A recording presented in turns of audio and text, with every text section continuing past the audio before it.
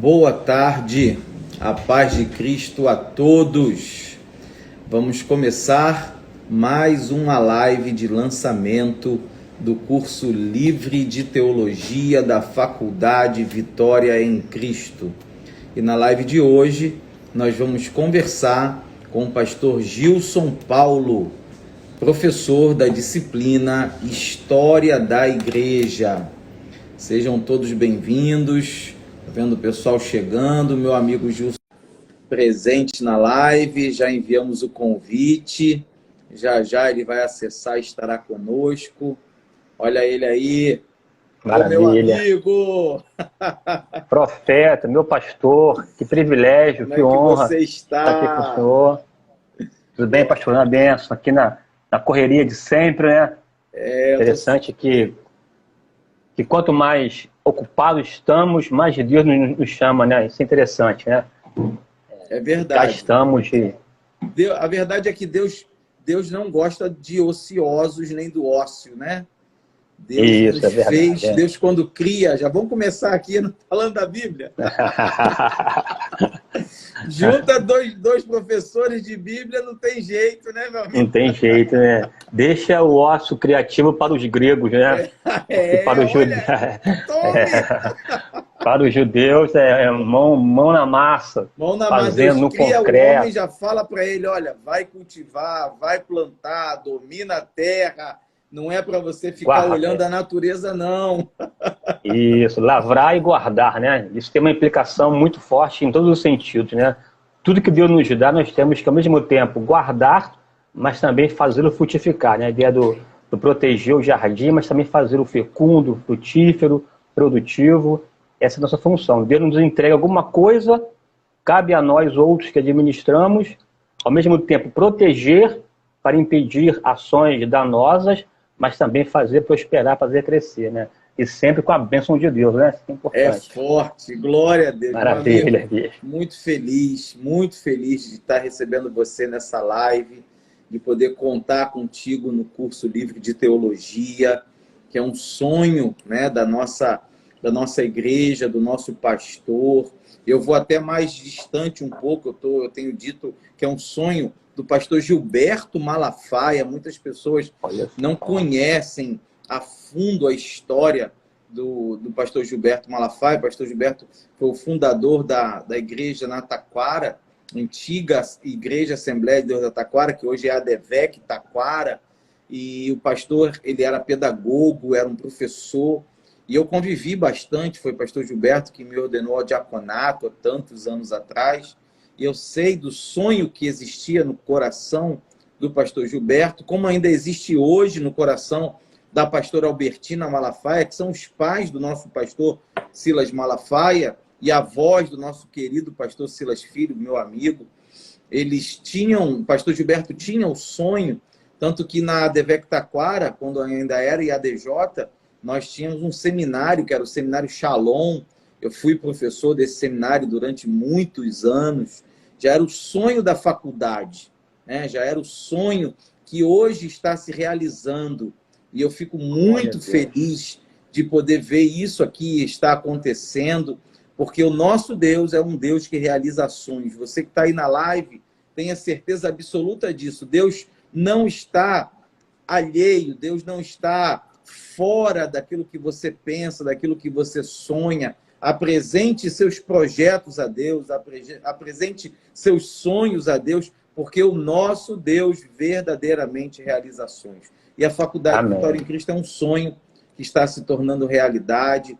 E esse curso livre de teologia que está sendo lançado, né, que será lançado no dia 12 de março, grava essa data. Você que está na live, é interessante que a gente repete, mas sempre tem alguém que não sabe, né? Eu todo dia recebo alguma mensagem no WhatsApp: pastor, quando que é o lançamento do curso? Eu falo, olha, o lançamento é dia 12 de março, às 8 da noite, com o nosso pastor Silas Malafaia ministrando uma aula sobre a importância da teologia para o cristão. E nós estamos aqui realizando lives com todos os professores, né? O curso tem muitos professores todos capacitados, os professores experimentados, que têm o que ensinar, que têm formação, que têm experiência, e a cada dia nós temos feito uma live com um professor, e hoje chegou a sua vez, meu amigo querido. Saiba que eu amo você demais, você é uma pessoa que me inspira, você é uma pessoa que tem um caráter que mostra para todos a verdade de Cristo. A pessoa de Jesus, ela é muito nítida em você, nas suas atitudes, nas suas palavras, na sua família, e eu estou muito feliz de poder contar contigo nesse curso, nesse projeto. Amém? Pastor, assim, né, ouvindo isso do senhor, né, que é uma referência para nós, para a igreja, de uma vida ilibada e de uma história realmente primorosa, de dedicação, de esmero, de esforço. Eu sinto-me assim, né, apequenado, confesso, né, diante de Vossa Excelência, assim, né, ao mesmo tempo também assim privilegiado, né, e extremamente honrado. Eu quero desde já louvar a Deus pela vida do senhor e também pelo privilégio de fazer parte desse sonho, né, esse sonho que se concretiza, que está já concretizado. Agora será será apresentado no dia 12 agora de março. E isso é extremamente gratificante, porque não tive a honra de ser pastoreado pelo pastor Gilberto Malafaia, mas como um estudioso do contexto do pentecostalismo brasileiro, né? Eu sei que nos meados dos anos 60, ele, com tantos outros teólogos que começaram aqui a estabelecer uma mudança de paradigmas no que diz respeito ao ensino teológico no Rio de Janeiro, no Brasil, né, começou em Pindamonhangaba, São Paulo, mas concomitantemente também aqui no Rio de Janeiro, e o pastor Gilberto Malafaia, um desses pioneiros, de sorte que, né, o IBP está aí consolidado também, enfim, e fazer parte desse time, fazer parte dessa história, isso é encantador. Aqui é encantador, não no sentido de encantamento, mas no sentido de ser, né, uma manifestação incontestável da ação e do poder de Deus. E aquela coisa que o senhor colocou muito bem com propriedade. Deus é fidelíssimo em cumprir as suas promessas, em concretizar aquilo que ele idealizou para nós.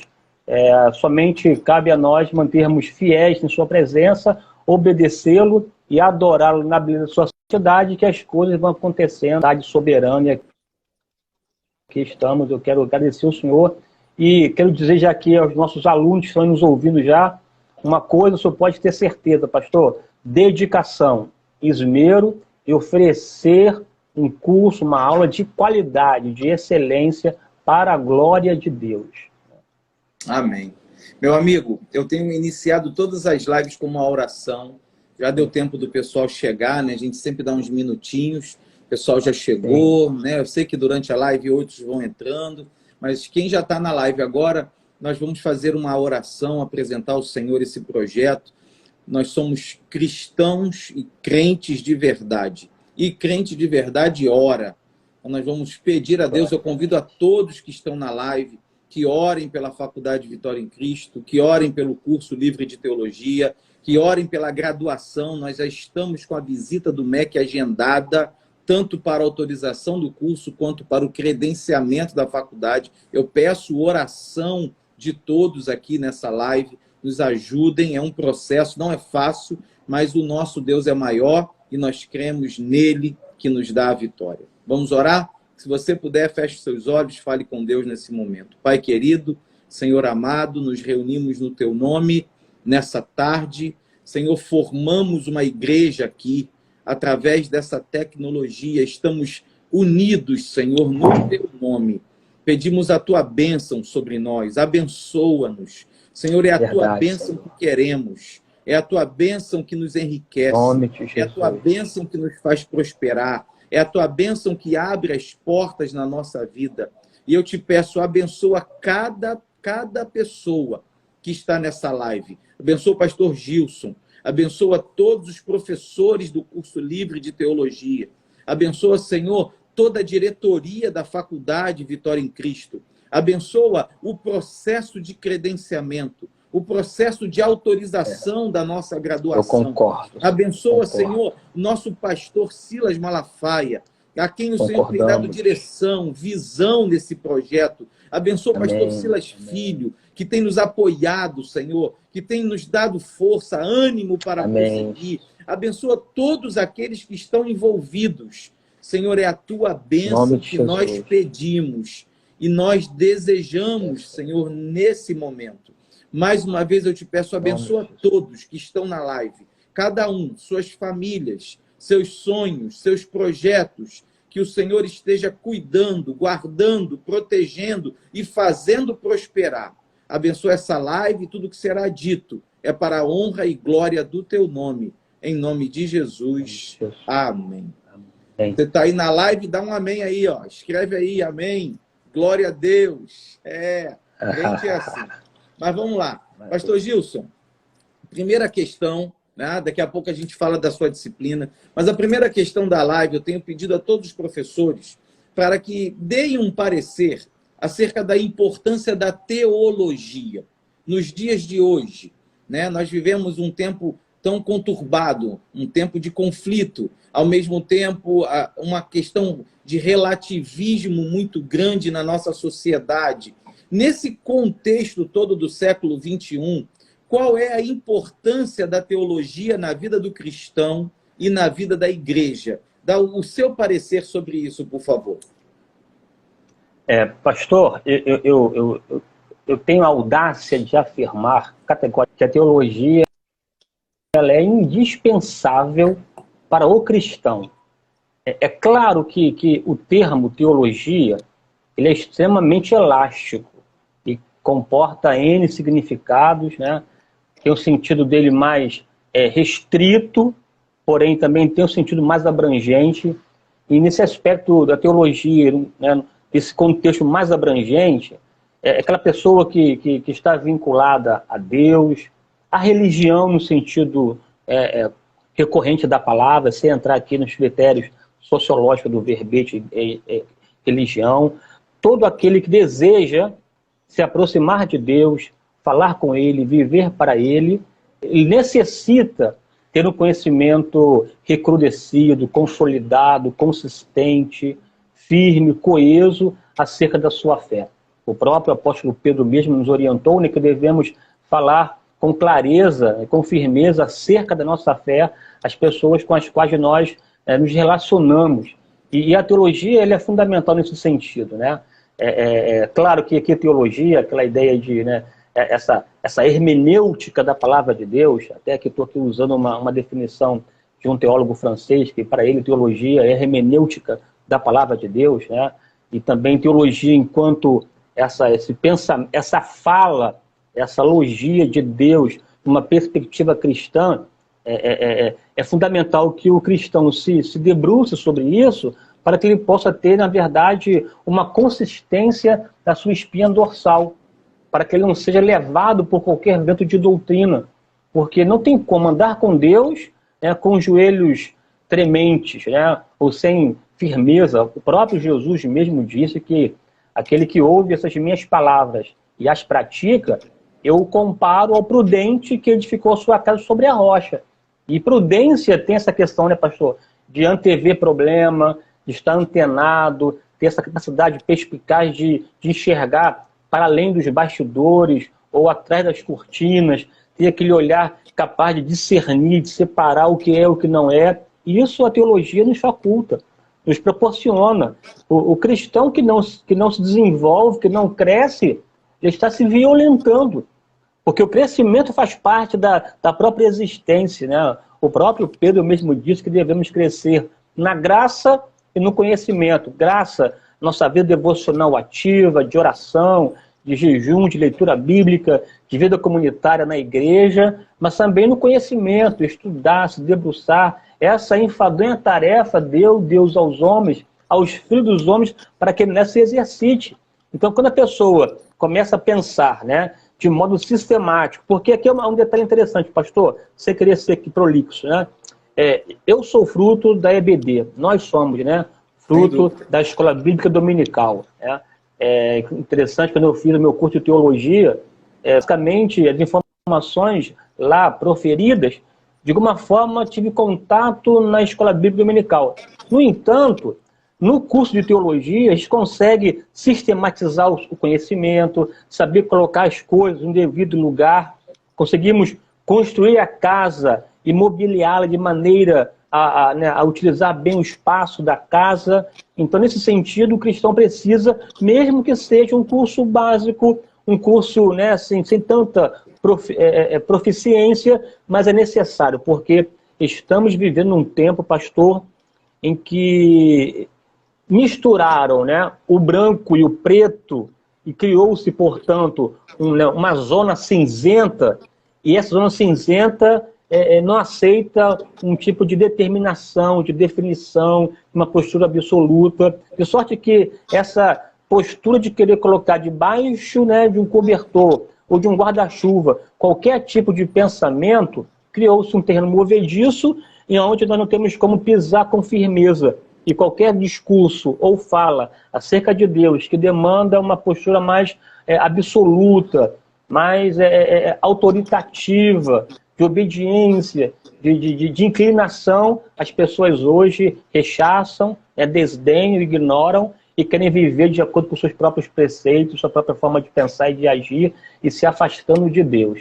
De sorte que nessa verve de teologia que nos faculta uma fala bíblica consistente é fundamental, sobretudo nos dias de hoje, nessa pós-modernidade de relativismos tão intensos, onde o relativismo está sendo colocado no ponto do absoluto, né? Que é um contrassenso, uma postura relativa, paradoxo, colocado, né? Um paradoxo, né? Que tornou-se um paradigma, que é um problema pior ainda, é um paradoxo que cada vez mais vai se cristalizando essa mentira por ser dita recorrentemente e está se tornando um paradoxo, e nós, enquanto igreja, enquanto servo de Deus, enquanto cristão, precisamos nos posicionar, porque a igreja é coluna e firmeza da verdade.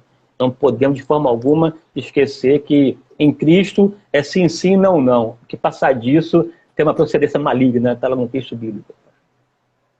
Meu amigo, a sua fala, ela ressalta para mim, destaca, dentro desse contexto que nós estamos vivendo, a importância de nós levantarmos a bandeira do Evangelho com segurança. Eu vejo quantas pessoas, às vezes, tentam falar do Evangelho, tentam falar de Deus, tentam falar de Cristo, tentam falar da Bíblia, mas elas são meio que engolidas pelo sistema, né? Porque o mundo ele não tá parado. As pessoas estão lendo, as pessoas estão estudando, e muitas doutrinas que vêm de encontro à realidade bíblica e, portanto, teológica. E até quantas teologias, né? Você falou sobre isso, esse sentido amplo da teologia. Hoje nós temos teologias que são completamente contrárias ao que a Bíblia diz. E nós que vamos estudar a teologia verdadeira, a teologia bíblica, a teologia fundamentada na palavra, precisamos ter esse conhecimento bem firme para que saibamos com firmeza e autoridade contrapor os argumentos de outras teologias falaciosas, paradoxais, que nos envolvem nos dias de hoje, teologias relativistas e que vêm se impor. E a igreja precisa estar preparada. E, infelizmente, a grande realidade é que a maior parte da igreja carece desse preparo. Essa é uma constatação. Daí, a partir da sua fala, eu destaco a importância da teologia, a importância de o cristão dedicar algumas horas do seu dia a um estudo mais aprofundado, sistematizado, como você disse, para que nós tenhamos posse desse conhecimento e a ação do Espírito Santo sobre a nossa vida possa nos fazer instrumentos de divulgação do Evangelho. Hoje mesmo eu passei por uma situação parecida, assim, interessante nesse sentido, né? Fui a uma consulta médica e, ao conversar com a médica, eu já comecei a introduzir uma proposta evangelística, né? A gente não pode perder a oportunidade. Você está num consultório médico, e aí você começa a conversar sobre a vida, sobre a existência, daqui a pouco você fala sobre a alma, e aí você já fala sobre a diferença da alma e do espírito, e o corpo, e como é que é a completude humana, e aí você começa a ouvir o que as pessoas pensam a esse respeito. Quais são as doutrinas que elas acreditam ou que elas conhecem, e se você não tiver um bom embasamento teológico, você não tem como contrapor aquilo que as pessoas têm de conhecimento errado, de conhecimento não fundamentado na palavra. Então, o estudo da teologia, isso nos dá uma segurança, uma firmeza, não apenas para viver aquilo que Deus quer, mas também para poder levantar a bandeira do Evangelho e levar Cristo às pessoas de uma forma coerente, de uma forma verdadeira e de uma forma com autoridade da palavra. Meu amigo... pastor, pode falar. O senhor está colocando numa fala interessantíssima, que de repente as pessoas não conseguem, né, assim, se apropriar da grandeza dessa fala, né? O senhor está colocando de que o senhor tem uma referência, um ponto de partida, né? E dessa referência se desenvolve o comportamento, a conduta, a forma de ser, de agir, enfim, o caráter, a partir de uma referência.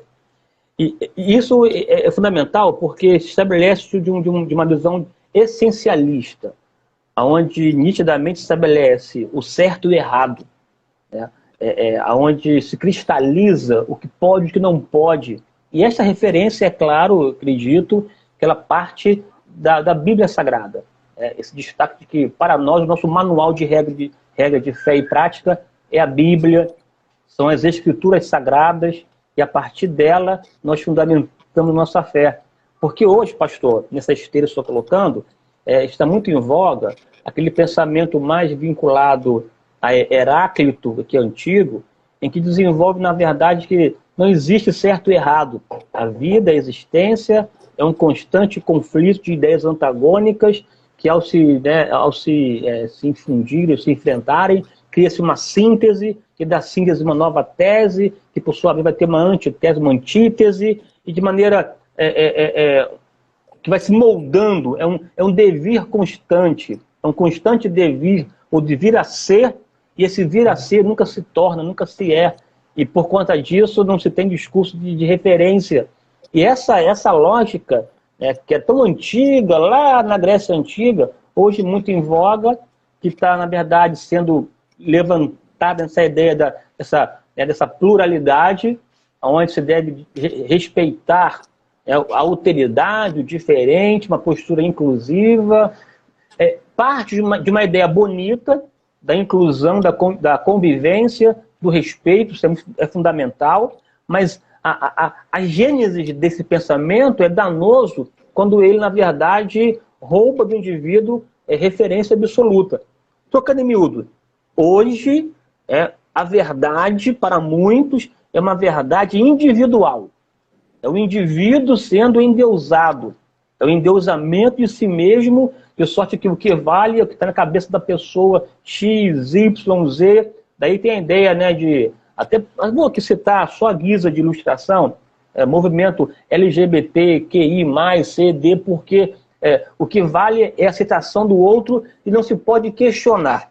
Como nós temos uma referência a partir da Bíblia, somos taxados de obsoletos, arcaicos, ultrapassados, dinossauros nos dias odiernos, nos dias de hoje, intransigente, fundamentalista. Aí tem trocentas pechas, adjetivos, né, que tentam nos desqualificar a nossa fala, porque o nosso discurso parte daquilo que a Bíblia entende enquanto verdade, e verdade esta manifesta por Deus a partir dos Escritores Sagrados. Então aqui eu quero já adiantar que o curso de Teologia da Vitória em Cristo, da Faculdade Vitória em Cristo, tem enquanto pilar de fé a Bíblia Sagrada, e toda fala, todo discurso teológico proferido nesse contexto ter como pano de fundo a Bíblia Sagrada.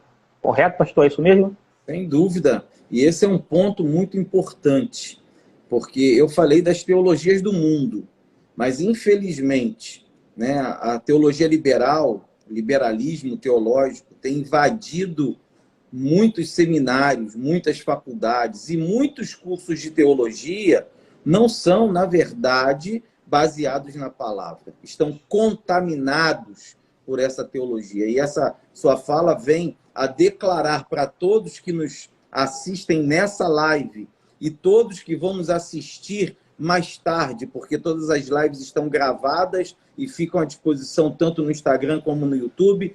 Todos que assistirem essa live vão ter a convicção de que o nosso curso de teologia tem como fundamento a Bíblia Sagrada e ela vai ser respeitada, obedecida e ensinada em todas as suas minúcias. Isso é muito importante. Glória a Deus. Meu amigo, vamos Maravilha. correr. Nem parece, mas já foram quase 30 minutos de live e a gente está na primeira questão. Eu tenho pedido, pastor Gilson, a todos professores que se apresentem. Essa é uma grande questão dos alunos até. Muitos alunos enviam mensagens, mas quem são os professores do curso? Inclusive, as lives nasceram desse questionamento, né? Os alunos perguntando quem são os professores do curso. E eu sempre respondendo, são homens e mulheres de Deus, qualificados, capacitados, ungidos, experimentados na palavra, que têm o que ensinar. Mas nós começamos a fazer as lives e eu tenho pedido a todos os professores que se apresentem. Então, fale da sua formação acadêmica, da sua experiência docente, da sua experiência ministerial. Pode falar da sua família, né? Porque hoje, quando alguém chega para mim, eu já quero saber qual é a família. Família hoje é um aval, né? Nos mostra quem é a pessoa. Outro dia eu estava conversando com um amigo e ele falando da pessoa, isso aqui. E a família dele? Me fala aí da família dele. Então, quando toca na família, para uns tocou no seu bem mais precioso, em outros tocou na ferida. Então, me fala um pouco da sua família, para que as pessoas possam te conhecer. Sim. Pastor, né, assim, eu sou, na verdade, né, o 6º filho de uma família de 7 irmãos, uma família muito pobre, muito, até paupérrima, muito difícil, de um casal de paraibanos que vieram aqui para o Rio de Janeiro buscar melhores condições de vida, mas nessa pobreza, Deus me achou, né? Deus me encontrou. Eu, aos meus 17 anos, entreguei minha vida a Jesus e, pós esse encontro com Cristo, os meus irmãos todos aceitaram a Cristo. Amém. Eu tenho também mais 2 irmãos que são pastores também na minha igreja, na minha casa, cunhados, cunhadas, sobrinhos. Minha mãe, que hoje dorme no Senhor, também aceitou a Cristo. E eu vi se cumprir na minha casa aquela ideia lá de Paulo, quando fala, será salvo tu e sua casa, né? Tu e tua casa, a continuar no meu lar. E a minha vida mudou profundamente quando eu tive encontro com Cristo. E a partir desse encontro, tudo que eu fiz foi vinculado ao reino, à sua expansão e com desejo exclusivo de servir a Deus. Deus me deu uma esposa abençoada. Sou casado, faço agora em maio, dia 11 de maio, 25 anos de casado, né, com a mesma esposa. Desse casamento tem uma filha abençoadíssima, Rafaela, tem 21 anos, estudiosa, crente, abençoada, trabalhadora, uma menina obediente, uma preciosidade, né, porque minha filha não, né, olha aí, mas é uma preciosidade. Além de ser bonita, é crente, estudiosa e dedicada, né, quer dizer, e eu louvo a Deus pela minha família, tudo que eu tenho hoje, devo à minha esposa, claro, Deus, mas também a minha esposa, uma companheira incontestável, uma mulher extraordinária. Até digo, né, isso brincando, se fosse casar hoje, casaria com ela novamente, porque eu escolhi bem, Deus me deu a minha esposa. E nesses quase 30 anos de cristão, sempre ativo na igreja, sempre envolvido com a EBD, escola dominical, com a parte de educação, e por conta desse envolvimento com a educação na igreja, eu fiz teologia, 4 anos de teologia, depois convalidei numa outra faculdade, no curso de teologia, fiz, né, licenciatura em História, sou professor de História, milito com a educação já oficialmente, né, há 15 anos, e fora do município do Rio de Janeiro, eu também já atuo na educação na igreja desde que me converti. Com 6 meses de convertido, isso antigamente era assim, né? Antigamente era assim, era suplente de uma classe da igreja, que é uma igreja muito simples, uma igreja muito, né, necessitada, mas essa ideia do chamado, do ministério, da vocação. Eu sou professor. E interessante que um tempo da minha vida até tentei tirar essa roupagem de mestre. Tentei, pastor. Mas aonde eu ia, esse é um professor, esse é professor. Né? Quer dizer, aí fiz teologia, fiz história, fiz 2 pós-graduação, uma em ciência da religião, fiz outra na parte também da minha vocação de professor, né, de administração e supervisão escolar, a dirigir escola no município do Rio de Janeiro. Em resumo, né, eu sou uma pessoa que vivo para a educação e vivo da educação. É isso tanto no contexto profissional, bem como no contexto também eclesiástico, de sorte que eu estou em casa, né? Eu sei para o que fui chamado. Não canto, a não ser na minha casa, no cantinho aqui, né? Se for cantar só congregacional, mas fico-me confortado e confortável quando estou falando para os alunos. Isso me encanta, me seduz, me realiza. Eu louvo a Deus, portanto, por esse privilégio de ser professor. Esse privilégio, essa honra de ser professor, e acredito que estou apenas começando nessa tarefa aí, e a Deus seja a glória. Né? Basicamente, pastor, isso. Sou pastor auxiliar, né, na ADVEC, lá da sede, da Penha, e tenho amigos maravilhosos, dentre os quais o pastor Isaías Júnior aqui está. Maravilha. Meu amigo, é uma honra ter você aqui, né? Isso é só uma palhinha, né? A sua fala não consegue alcançar tudo aquilo que você é. Quem te conhece sabe, mas fica registrado aqui para quem está na live, para quem vai assistir depois, um pouco de quem é o pastor Gilson. Você vai saber mais do pastor Gilson quando assistir a aula dele no dia que está registrado, já marcado, planejado para a aula do pastor Gilson no curso. Último ponto da nossa live, né? Temos aí mais 6 minutos. Eu queria que você falasse um pouco sobre a sua matéria. É uma matéria tão importante. O pastor Gilson vai falar sobre a história da igreja. E eu já te antecipo, meu amigo, que você não vai ter só uma aula, tá? A gente já vai planejar, vamos dividir isso aí, porque é um assunto muito extenso. Vamos separar umas 2 ou 3 aulas, para a gente já deixar agendado para você poder falar. Mas fala um pouco daquilo que você vai ministrar nessa primeira aula de história da igreja. Você não vai dar a aula toda, mas vai apontar para as pessoas o conteúdo que você está propondo para essa disciplina. Pastor, né, a primeira proposta dessa disciplina é destacar a importância dela, né, a importância da história da igreja, porque ao estudarmos história da igreja, estamos estudando a nossa própria história, porque nós somos a igreja de Cristo. É importante repisar, repassar, resgatar e reforçar a identidade da igreja, o que é ser igreja, as implicações de ser igreja, como a igreja conseguiu vencer os desafios dela, sobretudo até a era de Constantino, quando se cessa de verdade as perseguições contra a igreja, a palavra de Jesus, que as portas do inferno não iriam prevalecer contra ela, se cumprindo historicamente, concretamente. Então, a primeira ideia é, de fato, mostrar a relevância e importância da disciplina, porque sofrer, né, de Alzheimer, isso é doloroso. Eu tive agora, recentemente, uma experiência tão triste de entrar em contato com uma avó que nós temos de consideração, uma irmã, né, de uma presença muito forte na nossa família. Eu fui parabenizá-la aos seus 90 anos, ela não estava lembrando de mim, porque sofre de Alzheimer, e como é doloroso perder a memória, porque a memória fala de identidade, fala, né, da nossa persona. Então, o cristão não pode esquecer que existe uma história milenar que o envolve, que é a história da igreja.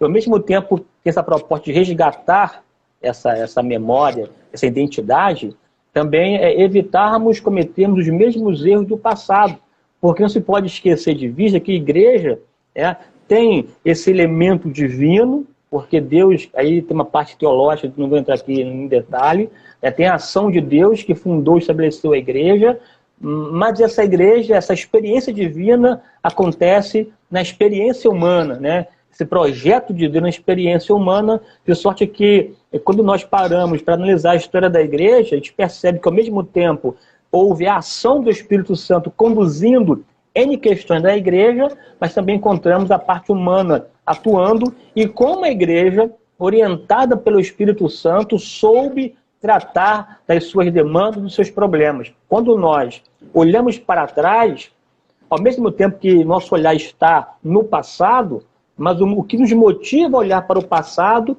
é exatamente compreendermos o aqui e agora, esse presente, e uma vez compreendendo, podemos interpretar o presente, e uma vez interpretando, podemos intervir com firmeza, com destreza. E às vezes eu fico, pastor, ouvindo uma certa pessoa, né, com uma ideia aqui e acolá, pensando que está inovando nas suas elucubrações. É um pensamento do segundo século, do terceiro século, bem antigo, e está pensando que descobriu a pólvora, mas uma coisa já antiga. Quando você conhece a história da igreja, você consegue, ao mesmo tempo, identificar ideias até danosas e saber como a igreja tratou desse problema lá na antiguidade. Eu, assim, sem contar que quando a gente estuda a história da igreja, pastor, a nossa fé é fortalecida, né, reanimada, em vários momentos, em todos os sentidos, inclusive quando estudamos sobre as grandes perseguições que a igreja enfrentou nos seus 3 primeiros séculos, né? Histórias maravilhosas, aqui eu vou citar algumas na aula sobre, né, essa questão, como Policarpo, Felicidade, o próprio Inácio de Antioquia, que ele mesmo, quando ele foi, na verdade, lançado às feras, ele disse: eu sou o pão, eu sou o trigo, e que as feras venham amaciar esse pão para se tornar pão vivo de Cristo, assim, enfrentando as agruras de uma morte horrenda, mas a convicção, a certeza, o saber para o que foi chamado e quem o chamou foi fundamental para enfrentar as agruras. E quando nós estudamos a história da igreja, isso é reavivado. A ideia não é uma leitura meramente factual, né? Não é uma história da igreja, é uma história eclesiástica, a nossa história, e o motivo primeiro e principal da abordagem é exatamente incutir, inspirar fé nos alunos para entender que eles são igreja, e enquanto igreja é preciso enfrentar esse mundo vil, corrupto e perverso, e servir a Deus com alegria. E a ideia, pastor, é trabalhar essa parte, né, conceitual e terminar, pelo menos, no contexto de Constantino, para entender os impactos de Constantino na era da igreja. E aí, sim, a partir de Constantino, muitas coisas hoje ficam claras, nós percebemos o que aconteceu lá na verdade, no 4º século para cá, e encerrar no 4º século. Fazer uma leitura desde, na verdade, né, da Palestina, Jerusalém, quando começa, até esse contexto da expansão da fé cristã no contexto do Império Romano. É entender as dinâmicas, as razões e as forças que proporcionaram esse romper das barreiras palestínicas e atingir os confins da terra, conforme lá Atos 1:8 foi proposto. Rapidinho, pastor, sem querer avançar, Atos 1:8, aquele texto, né? Mas recebereis poder ao descer sobre vós o Espírito Santo e ser minhas testemunhas tanto de Jerusalém, Judéia, Samaria, até os confins da terra. Uma proposta, uma palavra de Jesus extremamente desafiadora, né? Somente Jesus, com a sua visão longitudinal, poderia proferir uma palavra daquela envergadura para uma igreja, para uns discípulos que não queriam sair de Jerusalém ou do contexto da Judéia por N razões, razões econômicas, culturais, étnicas, religiosas, mas, no entanto, essa força impulsionante, essa mola propulsora, esse poder dinâmico do Espírito Santo fez com que as barreiras caíssem por terra. E hoje aqui, né, depois de quase 2000 anos se passaram, estamos aqui, igreja, servindo a Deus e reforçando que ela continua a sua marcha, vencendo e aguardando a volta iminente do Senhor Jesus. Então, basicamente, é isso, pastor. Até por conta do tempo aí, não dá para falar muita coisa, né? Meu Deus, ficou com um gostinho de quero mais aí, hein? Eu ficava aqui ouvindo, estava aqui só navegando. Como é bom a gente ouvir quem sabe sobre aquele assunto, né? Pastor Gilson é um mestre na área de história da igreja, e eu tenho certeza que as suas aulas, que não serão uma só, já pode aí planejar, tá, Gilson? Já estou antecipando Sim. isso, a gente não tinha conversado, Obrigado. mas vamos já deixar aí pelo menos 3 períodos de história da igreja Dividir em fechados 3 partes. em 3 partes, que a gente depois combina as datas que você vai ministrar, porque esse é um assunto essencial. Quem não tem história, isso já é um ditado antigo, né? Quem não conhece a sua história não sabe quem é. Isso, não sabe quem é. A gente só, para que nós saibamos quem somos, precisamos conhecer a nossa história. A gente pode falar disso na nossa nação, né? A gente pode falar isso sobre o Brasil. As pessoas não conhecem a história do Brasil e não sabem quem são. O brasileiro que é hoje, um brasileiro sem história, um brasileiro sem conhecimento das suas origens, só sabe que Pedro Álvares Cabral descobriu o Brasil e acabou. Não sabe mais nada. Isso deixa uma nação assim com a cultura enfraquecida. E a gente pode transmitir isso para a igreja. Uma igreja que não conhece a sua história é uma igreja culturalmente enfraquecida. Né? Ela não sabe quem ela é, não conhece quem são os pais da igreja, né? Quem são os pais apostólicos, a história como a igreja se desenvolveu, né? Por que se chegou à questão da reforma protestante. Por que a reforma aconteceu? Então, isso tudo é um conhecimento muito relevante para que nós saibamos hoje quem somos. Temos que conhecer a nossa história. É forte, Maravilha, é verdade. É forte, maravilha. Isso me encanta, viu? Eu amo história, é claro, né? Amo história, né? E a minha oração é que todos os alunos também amem a história em mesmo nível, né? Como eu amo também. Se conseguir isso, maravilha. Coisa linda. Meu amigo, olha, Ok, nosso pastor. horário já foi. Eu sei que você hoje vai pregar, vai ministrar à noite, então precisa se preparar para ir para a igreja. Agora, antes da gente terminar, né, teve alguém que fez uma pergunta ali quando começa o curso, o pessoal já respondeu. Dia 12 de março é a nossa aula inaugural. Entra lá no faculdadevitoriaemcristo.org ou aí no perfil da faculdade, no Instagram. Segue a gente, muito importante. Se inscreve no canal do YouTube da faculdade. A gente quer fazer umas transmissões ao vivo, mas tem que ter no mínimo 1.000 inscritos. A gente está chegando nos 500 lá no YouTube. No Instagram a gente já tem mais de 3.000 seguidores, mas se inscreve, vai nos ajudar. Compartilha com quem você pode. E eu aprendi numa live e eu estou fazendo em todas as lives. A gente faz um Somos Um, espera um pouquinho, você faz um print da tela e depois você compartilha no seu story, no seu feed, marca lá a Faculdade Vitória em Cristo, @Faculdade Vitória em Cristo. Você vai estar nos ajudando a alcançar mais pessoas com conhecimento da palavra e conhecimento teológico. Vamos lá fazer um Somos Um? 1, 2, 3 Pastor, só um minutinho. Tem uma pergunta aí interessante que fizeram agora. O senhor viu aí? Do segundo grau é essa, não? Isso. Quem não terminou o segundo grau pode fazer? Pode. Esse curso é o curso livre de teologia. Isso significa que ele não tem um pré-requisito necessário. Pessoa tem só o primeiro grau, pode fazer? Pode. Pessoa tem só o ensino médio, pode fazer? Pode. Não terminou o ensino médio, parou no meio, pode fazer? Pode. Tem ensino superior, é doutor, pode fazer? Pode. Não tem pré-requisito acadêmico. Ele é um curso livre. Tá bom? Então, essa é uma pergunta muito importante, muito boa mesmo. E antes da gente fazer o Somos Um, aproveitar, a gente está à disposição, tá? Tanto no perfil da faculdade, você pode clicar aí, botou aqui, ó, pastor, entre em contato comigo em Espanha para aconselharmos desde Espanha, por favor. Acho que eu já conversei com essa irmã, pode me chamar no WhatsApp, a gente está aí ajudando. Inclusive, já tem um discipulador para o seu esposo que ela me pediu, que saiba falar espanhol. Até nisso a gente ajuda aí, Gilson. Olha só. A pessoa está lá na Espanha. A mim me gusta muito castelhano. Precisa de alguém para discipular e a gente está aqui ajudando. Outra pergunta. Me tire uma dúvida. A partir que terminamos o curso, irá ganhar certificado? Sim, meu irmão.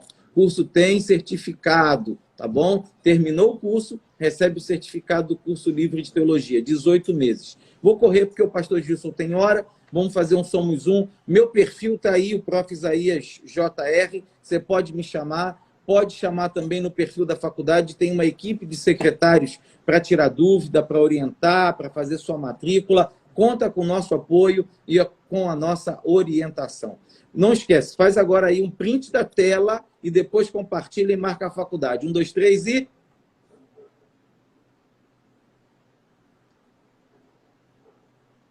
Foi. Meu amigo. Show. Coração para você. Tamo junto. Uma honra, viu? Vamos em frente, a gente Tamo vai junto. se falando. Obrigadão, tá bom? Amém. Um abraço, pastor. Forte abraço, Paz. pastor. Deus abençoe a todos.